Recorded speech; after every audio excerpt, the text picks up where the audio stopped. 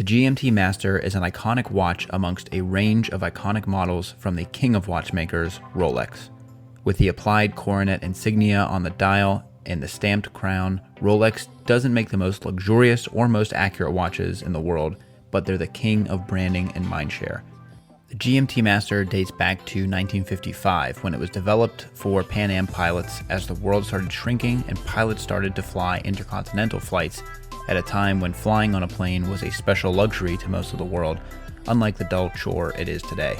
It's a sporty tool watch designed to easily display time zones while allowing simple adjustment as you travel. Whether you're an international business traveler or an East Coast startup working with West Coast clients, having a glanceable way to show time zones without tapping, swiping, or hunting for that world clock app is invaluable. But a watch is always jewelry first, especially in the era of smartphones and computer watches. As Rolex continues to increase its raw material and R&D, its prices increase as well, which feeds the brand's prestige and luxury positioning, creating a very lucrative cycle. But this video isn't an analysis on the economics that drive Rolex, it's a love letter to a watch that is as versatile as it is iconic. Yes, there's the innovative GMT hand, the tritium luminous hour markers, and a 24-hour bi-directional bezel.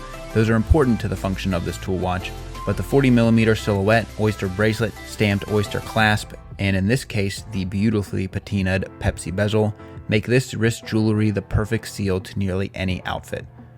Dress it up in the boardroom for a distinct look amongst other watch aficionados, matching the blue of the Pepsi bezel in the suit with your accessories to bring out the red.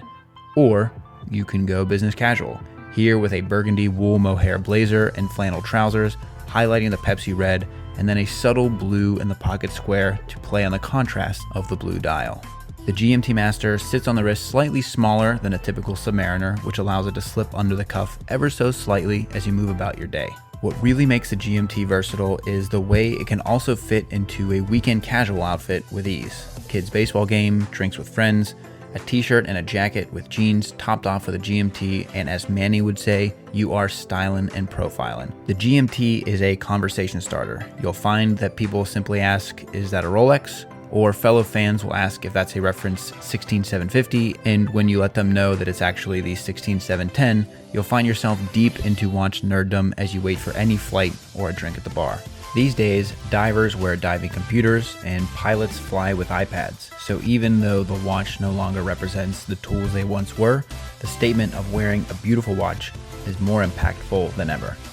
The only bridge I wouldn't cross with this watch is to pair it with a dinner jacket or other formal wear. Sure, Sean Connery pulled it off with the Submariner and Goldfinger and arguably made the practice acceptable, but I'd leave that task up to a true dress watch, in which case my preference is the venerable Cartier tank.